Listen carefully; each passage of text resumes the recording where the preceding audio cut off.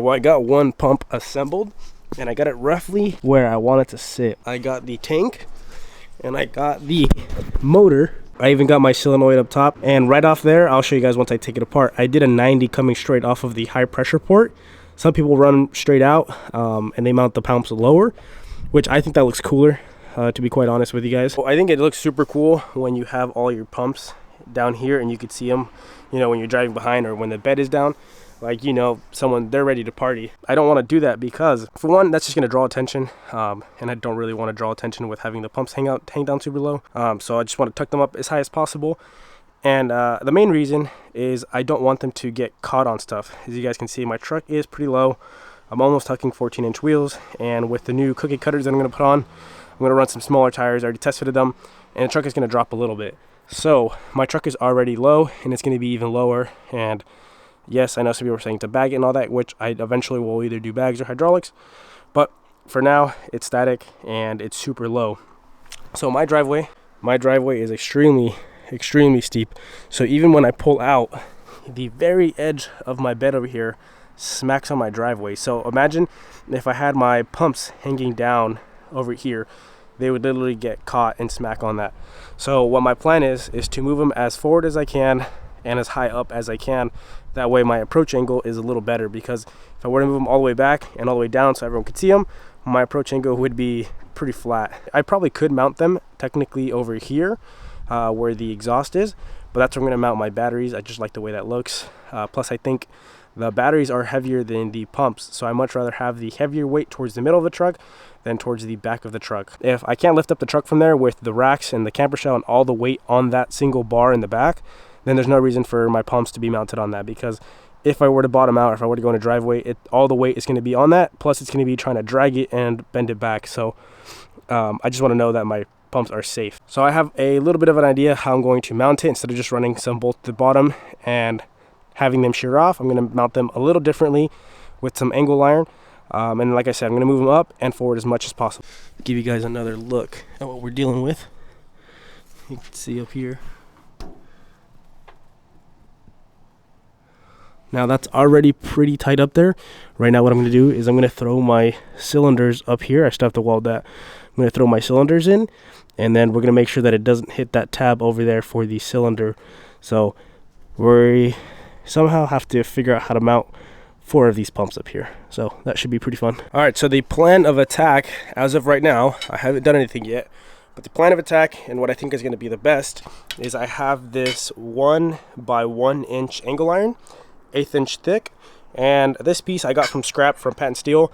I want to say it's about like 27 inches, but I'm only going to need 25 inches since my pumps where they mount, the actual holes where they mount on the bottom, they're 5 inches apart, but the outer, like this actual aluminum block, is 6 inches. So 6 times 4, we have 24 inches, and that's if them touching. So I'm going to leave about 1/4 of an inch of gap in between each pump. That way they're not touching on each other. So that's why I got the 25 inches for this. Just explaining this. That way you guys know where I'm getting my numbers from. So since this isn't where our actual bracket is going to be going off of, we're only going to make it 25 inches since there's nothing else that's going to get welded to the side of this. So then what we're going to do is we're going to weld this angle iron to the front side of this 1 by 1. I want to say this is maybe like, I don't know, 3/16, maybe 1/8 inch thick that I got from a buddy, Tyler. So shout out to you, Tyler. But this is going to get welded to the front side of this. Now, the reason I'm saying front is because I've seen people where they do it somewhat like this, but the closer we mount the actual block to the front, then that means this is skewed further back, which means it'll protect this a little bit better. Because let's just say, hypothetically, you have this mounted all the way up here in the motor, and that's where, you know, let's just say that you're mounting them off of the front cover.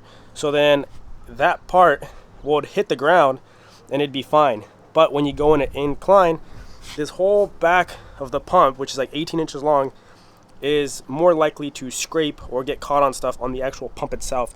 So the further back that we move our mount, the better. Now I'm not going to mount them back here. I'm going to mount them off the block that they're designed to be mounted from, but that would make sense in my eyes. If we were to have them mounted all the way in the back, that'd probably be the best case scenario, because that means that this is more likely to scrape is the backside, since the pumps are going to be mounted like this on the truck. And this license plate, this roll pan, is more likely to hit and get caught on driveways easier because of the approach angle. So if the bar is in the back, which is a sturdy part, then it'll just scrape on that and it'll be fine. But if it was all the way in the front, let's say right behind the axle, and the pumps are hanging back here, then the pumps themselves are going to take all the weight of the truck when it squats and goes through the driveway.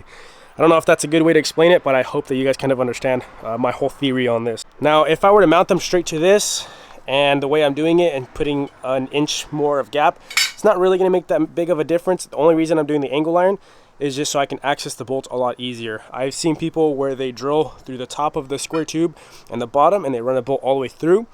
But I think that just kind of squishes the square tube, especially if it's not super thick.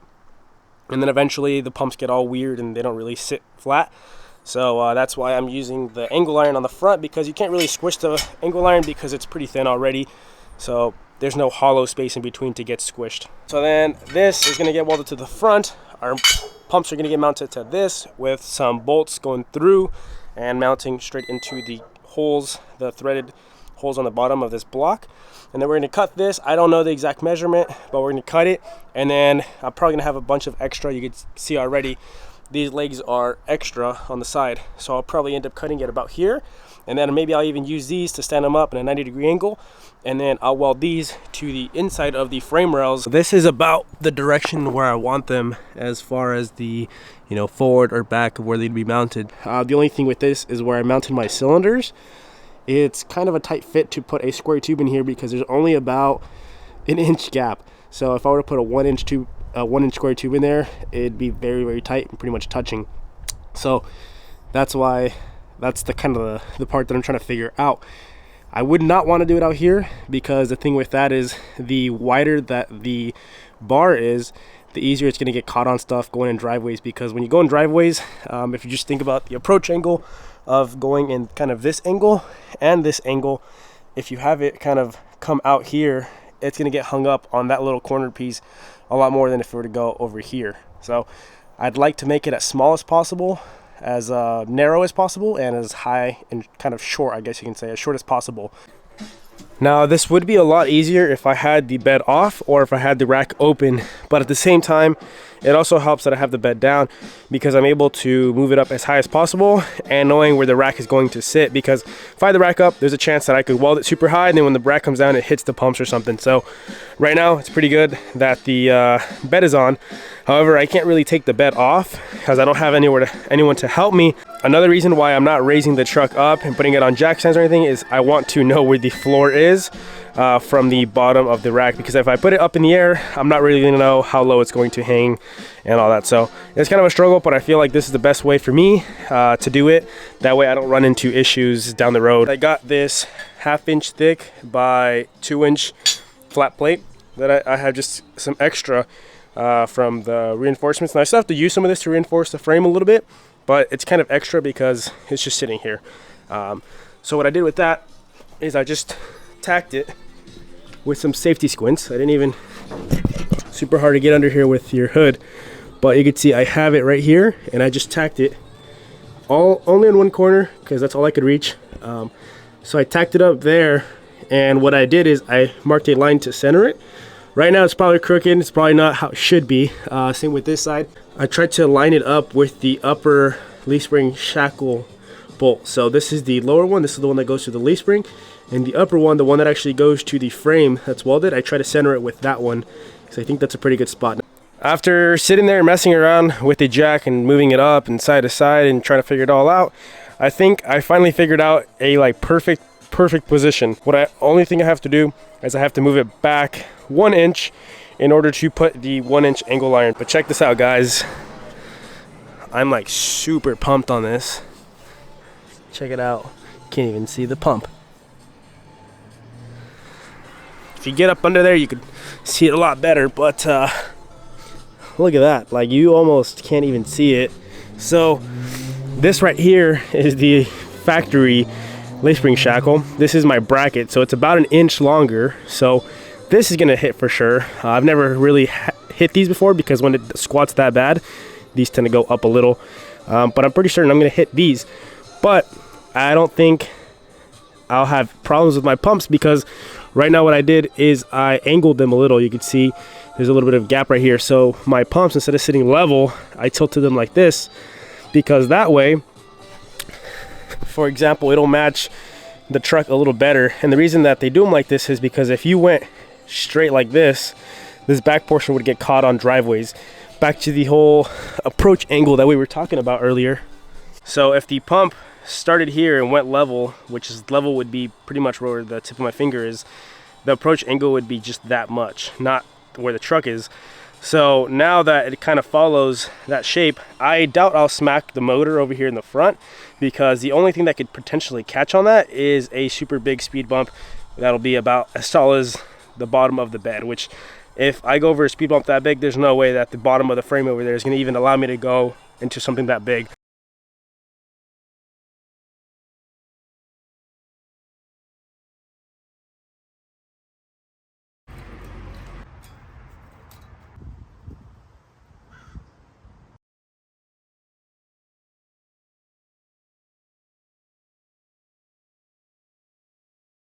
I got the actual rack itself pretty much done as far as the design. I just have to finish welding everything, but I got all of my holes drilled out, and I also just got hardware.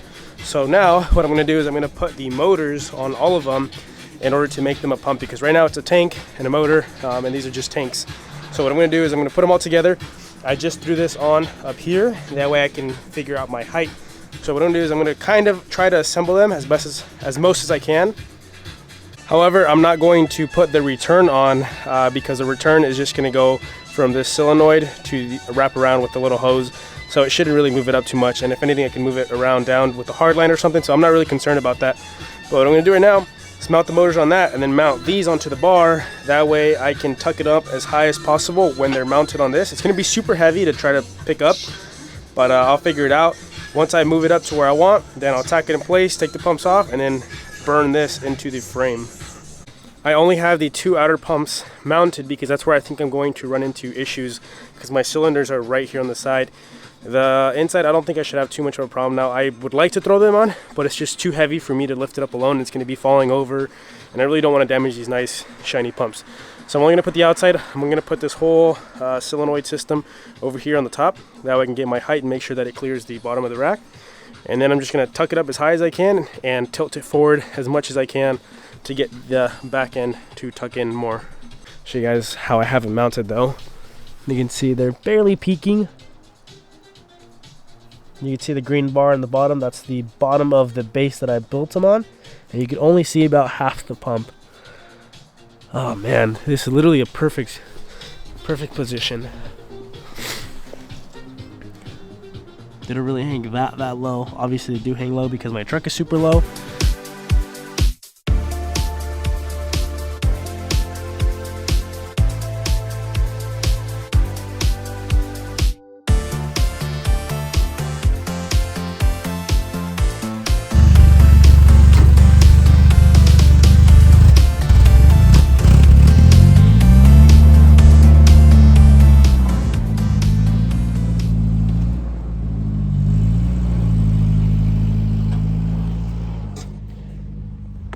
Didn't even hit.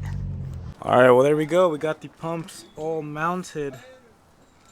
Now all that's next is to wire them up and install all of our lines to all of our cylinders, and we should be ready. We're just getting that much closer. Alrighty guys, well I hope you guys did enjoy this video. Now real quick before I end this video, I just want to invite you guys to an event that's going to be going on. It's going to be the first real event that I'm going to be taking the truck to. Now I want you guys to understand that it's not done technically. I'm not going to be busting it out or doing any of that and, you know, making it all nice and pretty. I'm going to take it how it sits, so whatever rust is on there, whatever holes are on there, whatever mistakes are on there, you guys are going to see.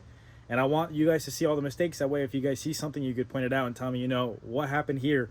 And I'll be able to explain to you guys exactly why I messed up and why you guys should avoid doing the same mistakes that I did. At least I feel like, in my opinion, that would definitely help you guys out. If you guys saw the raw rack, you would understand where all the welds go, because I know a lot of these racks that these people have, they grind all the welds and they paint it so you can't really tell where it's welded. So it's really hard to understand how these racks are built when you can't physically see the weld. So I want you guys to see mine, that way you guys can get an example of how some people do theirs. Now Mine isn't a example on how to build one, but maybe if you see mine, you'll get some ideas cooking in your head, and you'll want to build your own, and it'll give you your own ideas.